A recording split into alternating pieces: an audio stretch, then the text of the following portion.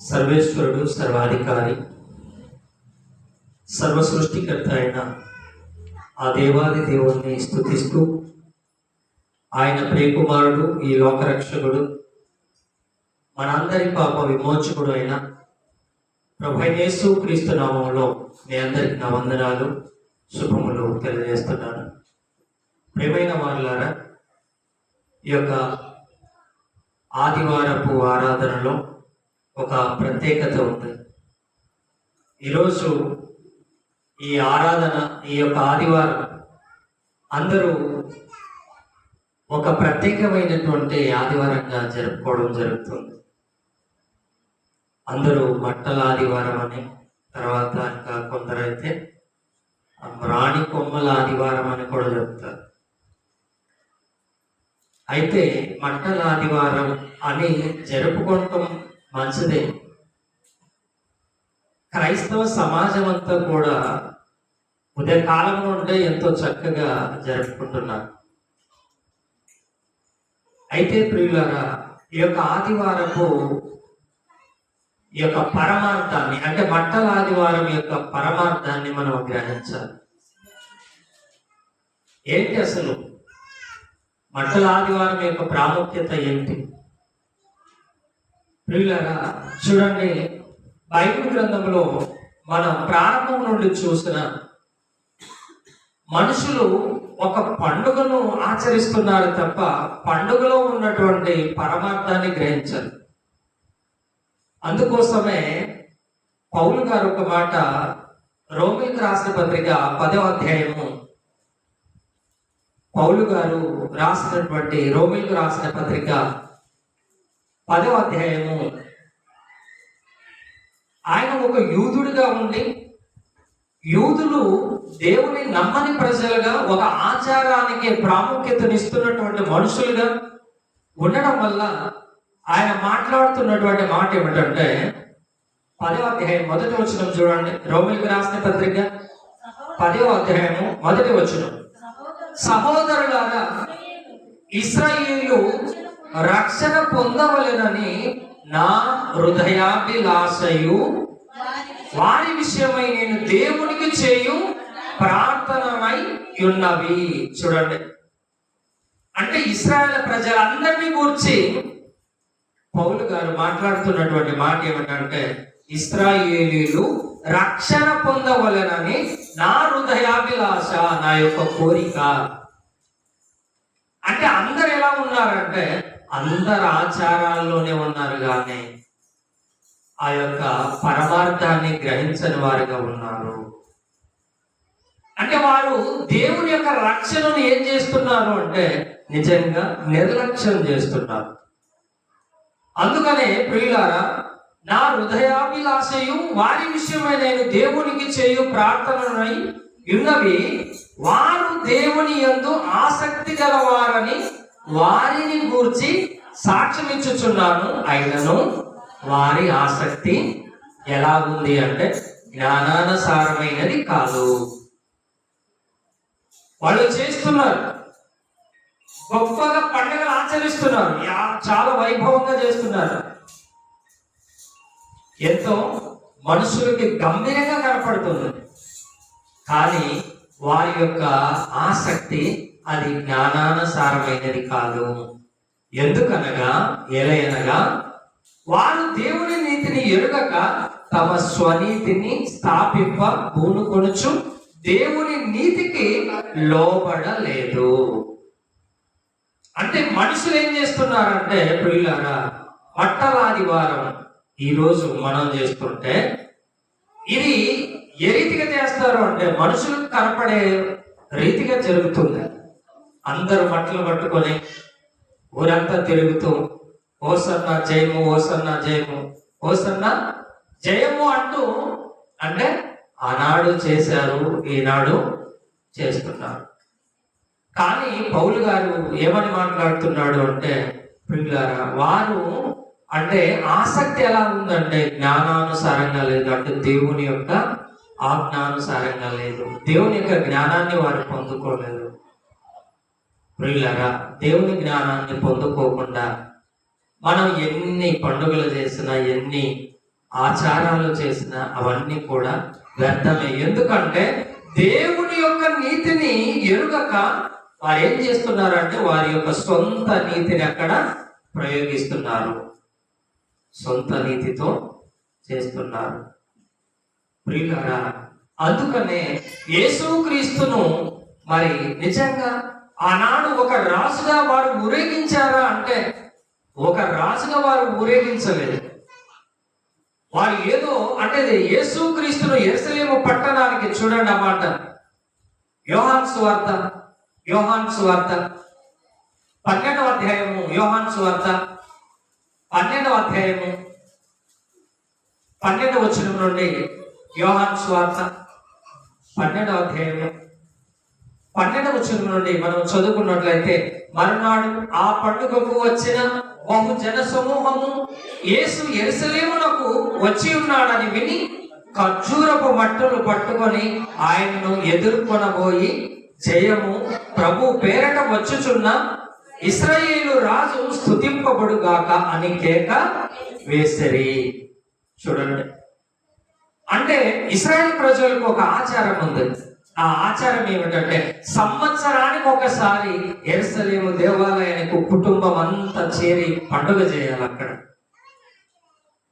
ఒక ఇంట్లో ఉన్నటువంటి అంటే పిల్లలు, పెద్దలు, వృద్ధులు అందరూ చేరి ఎక్కడ ప్రార్థన చేయాలి అంటే యెరూషలేము పట్టణములో ఆ యొక్క మందిరములో ప్రార్థన చేయాలి. కాబట్టి చూడండి, సంవత్సరానికి ఒక్కసారి జరుగుతున్నటువంటి ఆ పండుగకు అందరూ చేరుకున్నారు. అయితే చేరుకున్న ప్రజల్లో కొందరు మాత్రమే అందరూ పండుగ సంబరంలో ఉన్నారు. కానీ కొందరు మాత్రమే ఏమనుకున్నారంట, జన సమూహము యేసు యెరూషలేమునకు వచ్చుచున్నాడని విని, ఎవరు విన్నారు?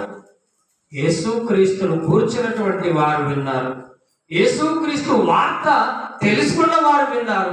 యేసుక్రీస్తు రాబోయే మెస్సయ్య అని గ్రహించిన వారు, ఆ విన్నవారు మాత్రమే ఆయన్ను ఊరేగించడానికి. నిజంగా ప్రియులారా చూడండి, ఖర్జూరపు మట్టలను పట్టుకొని ఆయనను ఎదుర్కొనబోయారు. ఎలా ఎదుర్కొన్నారు అంటే, జయము ప్రభు పేరట వచ్చుచున్న ఇశ్రాయేలు రాజు స్తుతింపబడుగాక అని కేక వేసిరి. సియోను కుమారి భయపడకుము, ఇదిగో నీ రాజు గాడిద పిల్ల మీద ఆసీనుడై వచ్చుచున్నాడు అని రాయబడిన ప్రకారం యేసు ఆ చిన్న గాడిదను కనుగొని దాని మీద కూర్చుండెను. అసలు దీనంతటిని చూసినట్లయితే యేసుక్రీస్తు వస్తున్నాడని తెలుసుకొని అక్కడ పండుగకు వచ్చిన ప్రజలు కొందరు మాత్రమే యేసుక్రీస్తును ఊరేగించడానికి ఖర్జూరపు మట్టలు పట్టుకొని దారి పొడుగున వాళ్ళు చీరలు అంటే ఆ వస్త్రాలు పరిచి యేసుక్రీస్తును గాడిద మీద ఊరేగిస్తూ తీసుకొని వస్తున్నారు. ప్రియులారా, ఇలా వస్తున్నటువంటి సమయంలో ఈ యొక్క మాట జకరియా గ్రంథము 9వ అధ్యాయము 9వ వచనంలో రాయబడి ఉంది. అంటే యేసుక్రీస్తును చూడండి, యెరూషలేముకు వచ్చినప్పుడు యేసుక్రీస్తును ఒక ఇశ్రాయేలు రాజుగా ఆయన్ను గాడిద పిల్ల మీద ఊరేగిస్తారన్న మాట రాయబడి ఉంది. జకరియా గ్రంథము 9వ అధ్యాయము 9వ వచనంలో ఉన్నటువంటి మాట. 9వ అధ్యాయము 9వ వచనం, సియోను కుమారులారా, యెరూషలేము నివాసులారా, నీ రాజు నీతిపరుడును ఆ రక్షణ గలవాడును ఆ దీనుడనై గాడిద పిల్లను ఎక్కి నీ యొద్దకు వచ్చుచున్నాడు. చూడండి పిల్లలు, ఈ యొక్క మాట ఈ లోకానికి వెర్రితనంగా కనపడుతుంది. అయితే ఎందుకు ఈ మాట రాస్తున్నాడు? అసలు నిజంగా యేసుక్రీస్తు గాడిద పిల్లని ఎక్కి రావడానికి కారణం ఏంటి అంటే దీనంతటికి ఒక చరిత్ర ఉంది. ఇశ్రాయేలు ప్రజలకు ఎవరైనా కూడా రాజుగా అభిషేకాన్ని పొందితే తప్పకుండా ఆయన్ని ప్రారంభంలో అభిషేకించి ఊరేగించేది దేని మీద అంటే ఒక గాడిద మీద.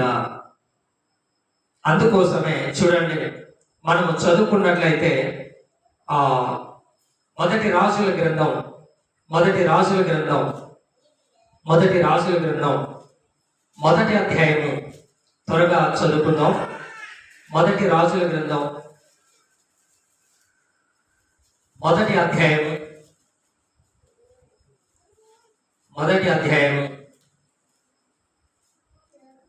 32వ వచనంలో ఉన్నటువంటి మాట. అంతటా రాజు అప్పుడు రాజైన దావీదు రాజైన సోదోకును ప్రవక్త అయిన నాతానును యెహోయాదా కుమారుడైన బెనయాను నా యొద్దకు పిలువమని సెలవీయగా వారు రాజు సన్నిధికి వచ్చి, అంతటా రాజు, మీరు మీ ఏలినవాడైన నా సేవకులను పిలుచుకొని పోయి నా కుమారుడైన సొలొమోనును నా కంచెర గాడిద మీద ఎక్కించి ఆ గిహోనునకు తీసుకొని పోయి. చూడండి, మొట్టమొదటి రాజు సొలొమోనును గాడిద మీదే ఎక్కించుకొని వచ్చారు. అలాగే ఇక్కడ సొలొమోనును కూడా గాడిద మీద ఎక్కించుకొని వస్తున్నారు. చూడండి, ఇంకా ముందుకు చదివినట్లయితే యాజకుడైన సోదకును ప్రవక్త అయిన నాతానును అక్కడ ఇశ్రాయేలు మీద రాజుగా అతనికి అభిషేకము చేసిన తర్వాత మీరు వాగ్దానము చేసి రాజైన సొలొమోను చిరంజీవి యొగుగాక అని ప్రకటన చేయవలెను. ప్రియులారా, చూడండి, మనం నిజంగా యేసుక్రీస్తును ఆ యొక్క గాడిద మీద ఊరేగించినప్పుడు చాలా మంది అనుకుంటుంటారు, ఎందుకు అసలు యేసుక్రీస్తును గాడిద మీద ఊరేగించారు అని. ఇది నిజంగా ఇశ్రాయేలుకు ఉన్నటువంటి ఒక ఆచారం. ఇశ్రాయేలుకు ఎవరైతే రాజుగా అభిషేకం పొందుతాడో తప్పకుండా గాడిద మీద ఆయన విజయోత్సవాన్ని చేయాలి. అలాగే చూడండి, చివరిగా కింద చూసినట్లయితే అదే మొదటి రాజుల గ్రంథం మొదటి అధ్యాయము 38వ అధ్యాయం 38వ వచనం 39వ వచనం అక్కడే. కాబట్టి యాజకుడైన షాదోకును ప్రవక్త అయిన నాతానును యెహోయాదా కుమారుడైన బెనయాయు కెరీతీయులు రాజైన దావీదు కంచెర గాడిద మీద సొలొమోనును ఎక్కించి ఆ గిహోనునకు తీసుకొని రాగా యాజకుడైన సాదోకు గుడారములో నుండి తైలపు కొమ్ము తెచ్చి సొలొమోను పట్టాభిషేకము చేసి అప్పుడు వారు బాక ఊదగా కూడిన జనులందరూ రాజైన సొలొమోను చిరంజీవి అగుగాక. ఇది చరిత్ర. అంటే ఒక ఆచారం. అంటే యూదులకి ఎవరైనా రాజుగా అభిషేకం పొందితే ఆయనను విజయోత్సవం ఎలా చేస్తారు? మనందరం చూస్తుంటాం, రాజును గుర్రం మీద ఊరేగించడం చూస్తుంటాం. అది మంచిదే. కానీ నీ రాజు ఎవరు అంటే, నీ రాజు నీతికి కారకుడు, నీ రాజు సమాధానానికి కారకుడు, నీ రాజు పౌరుషానికి కారకుడు కాదు. నీ రాజు ఒక గాడిద మీద వస్తున్నటువంటి రాజు. గాడిద ఒక వినయానికి గుర్తు, ఒక శాంతికి గుర్తుగా ఆనాడు ఇశ్రాయేలు ప్రజలు ఎవరైతే రాజుగా అభిషేకం పొందుతారో ఆయనను గాడిద మీద ఊరేగించేవారు. అలాగే మొదటి ఇశ్రాయేలుకు రాజు అయినటువంటి సొలొమోను, సౌలు, దావీదు, సొలొమోను అందరూ కూడా ఆ రీతిగానే ఊరేగింపు జరిగింది. కాబట్టి యేసుక్రీస్తుకు కూడా యెరూషలేములో, ప్రియులారా, జాగ్రత్తగా వినాలి. యెరూషలేములో చూడండి, వచ్చిన ప్రజలందరూ, పండుగను ఆచరిస్తున్న వారందరూ కూడా యేసుక్రీస్తు మీద ఎందుకు దృష్టి మళ్ళింది? యేసుక్రీస్తును ఊరేగించాలని ఎందుకు అనుకున్నారు? నిజంగా ఈ లోకంలో ఆల్రెడీ రాజులు ఉన్నారు, రోమా చక్రవర్తులు ఉన్నారు, పిలాతు ఉన్నాడు, అనేక మంది ఉన్నారు. అయినా కూడా యేసుక్రీస్తును ఒక రాజుగా ఊరేగించడానికి కారణం ఏంటి? ప్రియులారా, అందుకోసమే జకర్యా గ్రంథములో రాయబడిన మాట ఏమిటంటే, సియోను కుమారి సంతోషించుము, నీ రాజు వచ్చుచున్నాడు, నీతి కారకుడుగా, నీతికి అధిపతిగా, నీతిని జరిగించే ఒక రాజు ఆయన వస్తున్నాడు. నిజంగా నీ రాజు ఈ లోక అధికారాన్ని కోరడం లేదు. నీ రాజు, జాగ్రత్త వినాలి, అంటే యేసుక్రీస్తు ఒక రాజుగా నిజంగా వస్తున్నాడు, మంచిదే. కానీ ఆ రాజు ఈ లోకంలో ఎక్కడ రాజ్యాన్ని స్థాపించడం లేదు. అంటే కనపడే రాజ్యం. రోమా చక్రవర్తులు ఉన్నారు, వారికి ఒక రాజ్యం ఉంది, వారికి ఒక అంగబలము, అర్థబలము, ధనబలము అన్ని ఉంటాయి. కానీ ఈ రాజుకు ఈ రాజ్యములో రాజ్యం ఉంది, కానీ అది కనపడే రాజ్యం కాదు, అది ఈ లోకానుసారమైనటువంటి రాజ్యం కాదు. అందుకోసమే పిలాతుని తీర్పులో నిలబెట్టినప్పుడు, నిజంగా నీవు రాజువా అన్నప్పుడు యేసుక్రీస్తు అన్నాడు, నీవన్నట్లు నేను రాజునే. మరి అయితే నీ రాజ్యం ఎక్కడ అంటే, నా రాజ్యము ఈ లోక సంబంధమైనది కాదు, నా రాజ్యం ఈ లోక సంబంధమైనది కాదు. మరి నీ రాజ్యం ఎక్కడుంది? ఆయన రాజ్యం పరలోకం అనే ఒక రాజ్యం, ఆ రాజ్యాన్ని భూమి మీదకి దింపాడు. జాగ్రత్తగా గ్రహించాలి, పరలోకం అనే రాజ్యాన్ని, దేవుని రాజ్యాన్ని భూమి మీదకి దింపాడు. యేసుక్రీస్తు ఒక్కడిగానే ఈ లోకానికి వచ్చాడు, తండ్రి యొక్క చిత్తాన్ని నెరవేర్చడానికి. ప్రియులారా, ఆయన ఒక్కడిగానే వచ్చాడు ఈ లోకానికి.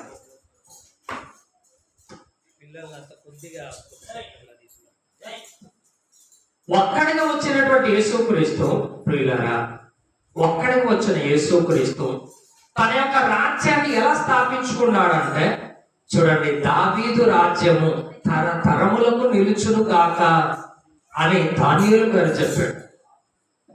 ఆయన రాజ్యము తరతరములకు. అందుకోసమే నిజంగా తెలుసో తెలియకో రీసెంట్ గా తెలంగాణలో ఒక న్యూస్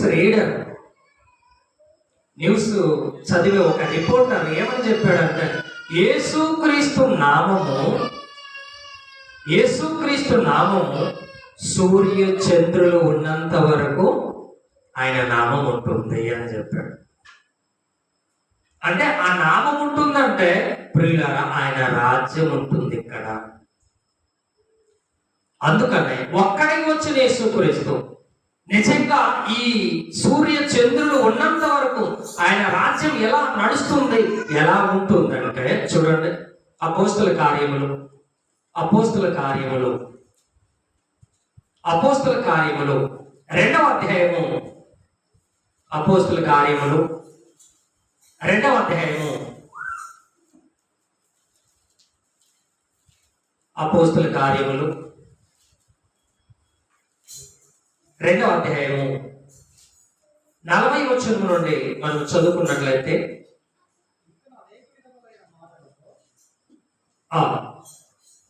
40వ వచనం, ఇంకను అనేక విధములైన మాటలతో సాక్ష్యమిచ్చి మీరు మూర్ఖులకు ఈ తరము వారికి వేరై రక్షణ పొందుడని వారిని హెచ్చరించెను.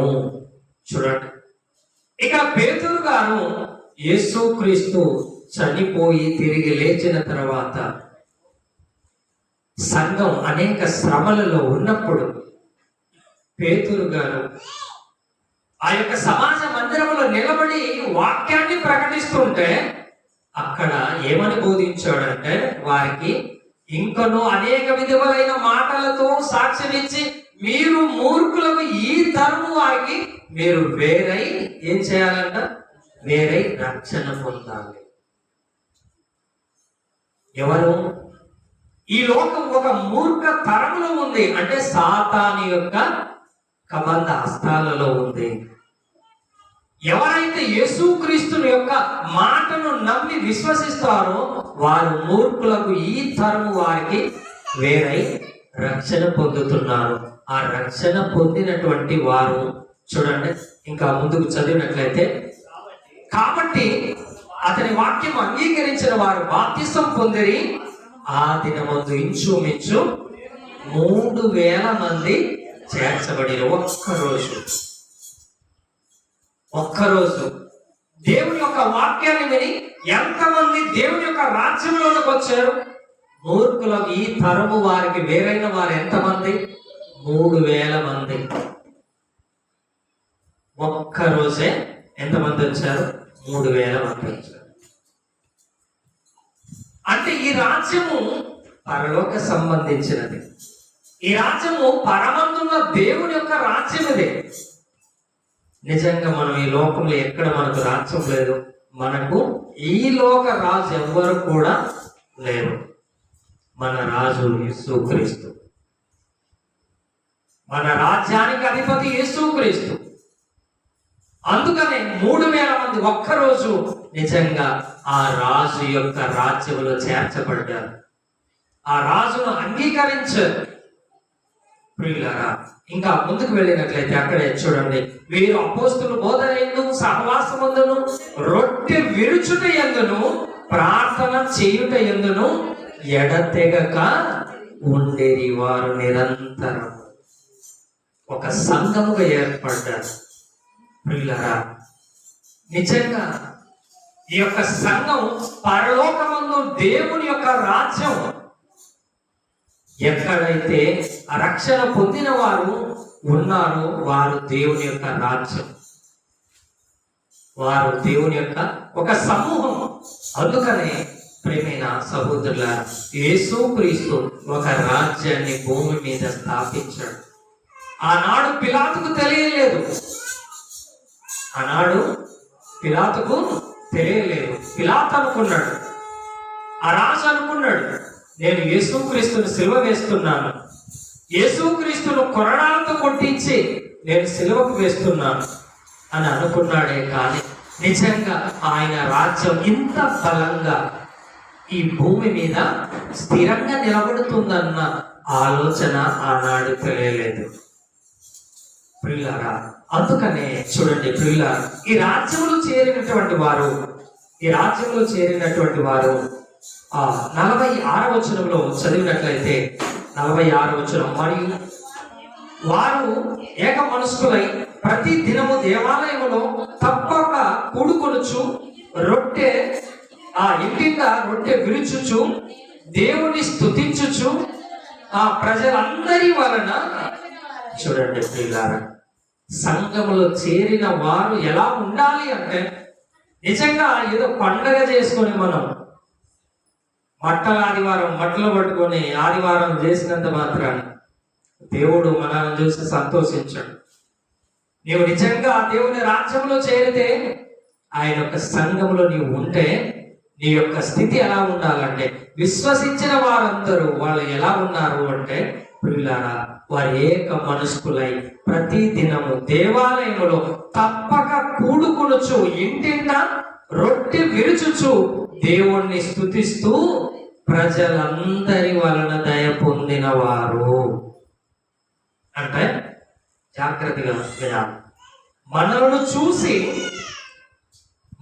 చూసి పక్కన వారు కానీ, మన సహోదరులు కానీ, మన పక్కన ఉన్న అనేకులు మన స్నేహితులు అయి ఉండొచ్చు, హైందవులు మన సహోదరులు అయి ఉండొచ్చు, వారందరూ కూడా నిన్ను చూసి చూడండి ప్రియులారా, వారందరి దయ నువ్వు పొందాలి. నువ్వు సంఘంలో చేర్చబడ్డావంటే నీ యొక్క స్థానము, నీ యొక్క సాక్ష్యం సంఘం కంటే ముఖ్యంగా ఎవరికి తెలుస్తుంది తెలుసా? బయట ఉన్న మన సహోదరులకి తెలుస్తుంది. అందుకోసం కొంతమంది మాట్లాడుతుంటారు, వాడేమో మంచిగా బైబిల్ పట్టుకొని తిరుగుతున్నాడు కానీ వాడి జీవితం ఏంటో నాకు బాగా తెలుసు అంటుంటారు. ఎవరి గురించి అంటే నువ్వు నిజంగా మూర్ఖులకు ఈ తరము వారికి వేరే దేవుని రాజ్యంలో నీవు ఉన్నానని చెప్పుకుంటూ దేవుని రాజ్యంలోకి వచ్చి సంఘంలో కలిసి కూడా ఈ మూర్ఖులకు ఆ తరము వారితో నీవు సహవాసం చేస్తూ వారితో కలిసి నువ్వు బ్రతుకుతూ ఉంటే నిజంగా నీవు దేవుని రాజ్యంలో ఉన్నట్ల నువ్వు నిజంగా యేసుక్రీస్తును ఊరేగిస్తున్నట్ల, లేకుంటే యేసుక్రీస్తును అవమానపరుస్తున్నట్ల ఆలోచించాలి. అందుకోసమే నిన్ను బట్టి నా నామము అన్యుల మధ్య ఏమవుతుంది? నిన్ను బట్టి నా నామము అన్యుల మధ్య దూషింపబడుతుంది. అంటే యేసుక్రీస్తుని వాళ్ళు ద్వేషించడం లేదు. ప్రియులారా, జాగ్రత్తగా వినాలి. యేసుక్రీస్తును అన్యులు ద్వేషించడం లేదు. అంటే క్రైస్తవులను బట్టి, వారు చేసే క్రియలను బట్టి, వారి యొక్క ప్రవర్తనను బట్టి క్రీస్తును ద్వేషిస్తున్నారు. అందుకోసమే నిన్ను బట్టి నా నామం అన్యుల మధ్య దూషింపబడుచున్నది. ఎందుకంటే నీవు సంఘములోకి చేరిన నీవు ఎలా ఉండాలి తెలుసా? నీవు సంఘములో చేరిన నీవు ప్రజలందరి వలన దయ పొంది ఉండాలి. జక్కయ్య, పొట్టి జక్కయ్య అందరికి తెలుసు, అవునా? జక్కయ్య గురించి అందరూ కథ బాగా విని ఉంటారు. అమ్మా, అందరికి తెలుసు కదా జక్కయ్య గురించి. ఆయన యేసుక్రీస్తు ఎవరో తెలియదు ఆయనకి. ఆయన ఒక సుంకర్, ట్యాక్స్ కలెక్ట్ చేసే ఒక సుంకర్. కానీ ఒకరు 10 రూపాయలు కట్టాలంటే ఆయన 100 రూపాయలు రాసేవాడట. 10 రూపాయలు వాళ్ళు ట్యాక్స్ కట్టాలంటే పక్కన ఇంకో 0 ఎక్స్ట్రా చేర్చేవాడు. అలా బాగా డబ్బు సంపాదించుకున్నాడు. కానీ ఒకరోజు అతనికి ఒక ఆశ కలిగింది. నేను యేసుక్రీస్తును చూడాలి. నిజంగా ఆయన గురించి అనేక మంది చెప్తున్నారు. ఆయన ఎలా ఉంటాడు ఒక్కసారి చూడాలి. ఆయన మనసులో పడింది. ఆ హృదయం ఎంతవరకు ఆశించింది అంటే యేసుక్రీస్తును చూడాలే అనుకున్నాడు తప్ప యేసుక్రీస్తును నమ్మాలని అనుకోలేదు. ఎప్పుడైతే చూశాడో, ఎప్పుడైతే ఆయన మాటలు విన్నాడో, ఆయన జీవితం మొత్తం అంకితం చేసుకున్నాడు. మొత్తం సరెండర్ అయిపోయాడు యేసుక్రీస్తు. తాను ఏదైతే సంపాదించాడో, ఎవరి దగ్గర అయితే అక్రమంగా తీసుకున్నాడో దానికి బదులు ఎవరి దగ్గర అయితే నేను తీసుకున్నానో వారికి 4 నేను చెల్లిస్తానని పిలిచి వాళ్ళకి ఇచ్చాడు. అంటే ప్రజలందరి దయ పొందుకున్నాడు. అంటే దేవుని రాజ్యంలో చేరిన మనము ప్రియులారా, ప్రజలందరి దయ మనం పొందుకోవాలి. ప్రజలు దయ లేకుండా దేవుని దయ ఉంటే చాలండి. నాకు ప్రజలు ఎంత తిట్టినా పర్లేదు, దేవుడోటే దీవిస్తే చాలు అని అనుకుంటే పొరపాటు. అందరి దయ మనం పొందుకుంటేనే దేవుని దయ పొందుకుంటాం. అందుకనే ఆనాడు సంఘం ఎదగడానికి కారణం ఏంటంటే అందరి దయ పొందుకున్న వారై ఆనందముతోను నిష్కపటమైన హృదయముతోను ఆహారము పుచ్చుకొని చూడండి. మరియు ప్రభు రక్షణ పొందుచున్న వారిని అనుదినము వారితో చేర్చుచుండెను. ప్రియులారా, అంటే వాళ్ళు ఎలా ఉన్నారంటే వాళ్ళ జీవితం నిక్కచ్చిగా ఉంది. వాళ్ళ యొక్క జీవితం అనేకులకు తెరిచిన పుస్తకంగా ఉంది. అందుకనే అనేకుల పట్ల వాళ్ళు నిష్కపటమైన జీవితాన్ని పొందుకొని ఒక మంచి హృదయముతో ఆ సంఘంలో వాళ్ళు ఉన్నారు. దేవుని యొక్క రాజ్యంలో వాళ్ళు ఉన్నారు. ప్రియులారా, చూడండి, అదే హెబ్రీయులకు రాసిన పత్రిక. మనం నిజంగా సంఘంలో చేరామని అనుకుంటున్నాం, కానీ మనం ఎక్కడికి వెళ్ళామో జాగ్రత్తగా ఆలోచన చేయాలి. హెబ్రీయులకు రాసిన పత్రిక త్వరగా ముగించుకుందాం. హెబ్రీయులకు రాసిన పత్రిక 12వ అధ్యాయము. హెబ్రీయులకు రాసిన పత్రిక 12వ అధ్యాయము. మనము ఏదో సంఘంలో చేరాము, ఒక సంఘాన్ని కట్టుకున్నాము అని అనుకుంటున్నాం. నిజంగా దేవుడు ఎంత గొప్ప భాగ్యాన్ని ఈ సంఘములో చేరిన వారికి అనుగ్రహించడం. ఈ యొక్క రక్షణ నిర్లక్ష్యం చేస్తున్న వారికి ప్రియులారా, చూడండి 22వ వచనంలో ఉన్నటువంటి మాట. 22వ వచనం, ఇప్పుడైతే సియోనును కొండకును జీవము గల దేవుని పట్టణమునకు అనగా పరలోకపు యెరూషలేమునకు వేవేల కొలది దేవదూతల యొద్దకు. మనం ఎక్కడ చేరుతున్నాం తెలుసా? మనకి ఇక్కడ ఎవరు కనపడటం లేదు. ఏదో ముందు మనం కనపడచ్చు, ఇక్కడ ప్రతిరోజు మనమే కనపడచ్చు. కానీ మనం నిజంగా మనం తెలియనటువంటి ఒక శక్తిని మనం పొందుకుంటున్నాం. ఇక్కడ దేవుడి యొక్క రాజ్యం నిజంగా దేవుడు దిగి వస్తున్నటువంటి స్థలం. దేవుని యొక్క స్థలానికి మనం చేరుకుంటున్నాం. ఇప్పుడైతే సియోను కొండను మనం ఆనాడు చూడలేదు, కానీ ప్రత్యక్షంగా చూడకపోయినప్పటికీ మనం సియోన్ అనే కొండకు వస్తున్నాం. అది దేవుని సంఘం, జీవము గల దేవుని పట్టణమునకు అనగా పరలోకపు యెరూషలేమునకు వేవేల కొలది దేవదూతల యొద్దకును ఆ పరలోకమందు రాయబడి ఉన్న జ్యేష్ఠుల సంఘమునకును వారి మహోత్సవమునకును అందరి న్యాయాధిపతి అయిన దేవుని యొద్దకు సంపూర్ణ సిద్ధి పొందిన నీతిమంతుల ఆత్మల యొద్దకు. ప్రియులారా, నిజంగా మనకు తెలియకుండా మనం నిజంగా దేవుని యొక్క సంఘాన్ని నిర్లక్ష్యం చేసినట్లయితే, దేవుని యొక్క రాజ్యాన్ని ఏదో అందరూ పోతున్నారు నేను వెళ్తున్నాను అన్నట్లుగా నీవు వచ్చినట్లయితే నువ్వెంత ప్రమాదంలో ఉన్నావో ఆలోచన చేయాలి.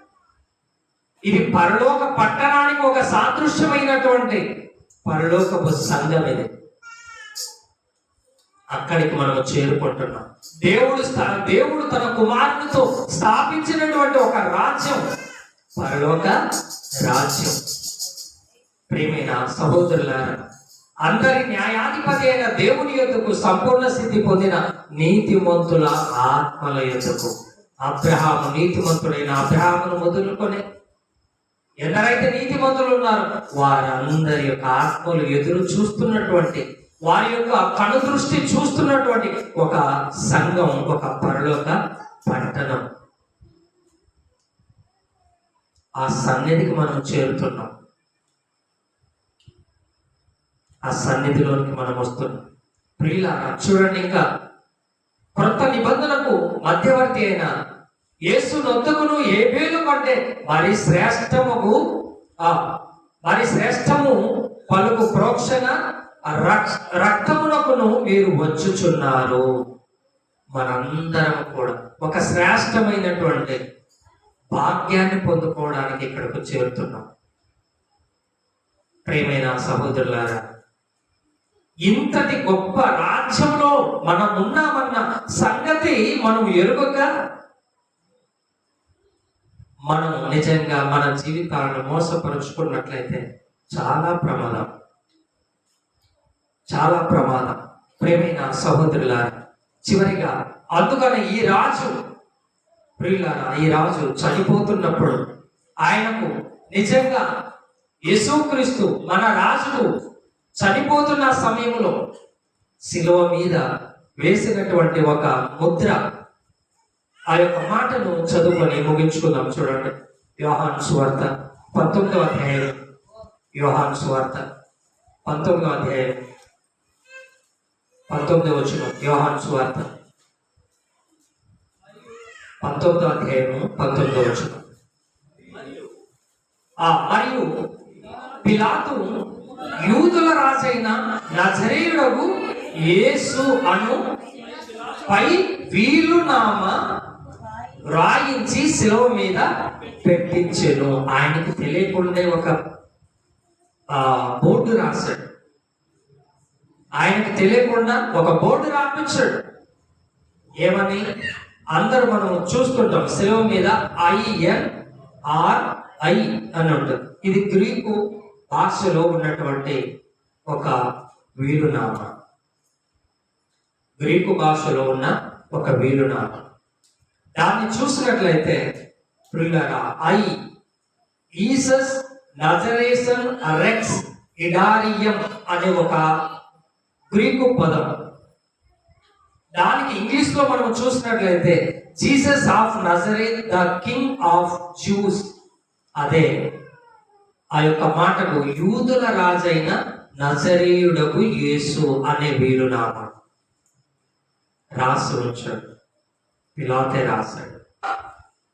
ప్రియులారా, ఆ రాజును ఆనాడు వారు నిర్లక్ష్యం చేశారు. ప్రియులారా, నేటి దినమున సంఘములో చేరిన నీవు ఈ రాజును నీవెలా స్వీకరించావు?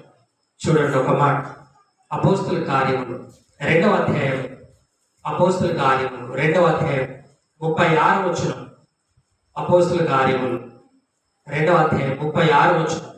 మీరు సిలువ వేసిన ఈ యేసునే దేవుడు ప్రభువుగాను క్రీస్తుగాను, అంటే అభిషక్తుడుగా. ఆనాడు వారు సిలువ వేశారు, ఆ యొక్క విలువ తెలియక. సిలువ వేసిన ఆ యేసునే దేవుడు ఏం చేశాడు తెలుసా? ప్రభువుగా, అంటే రాజుగా, క్రీస్తు అంటే అభిషక్తునిగా నియమించి ఉన్నాడు.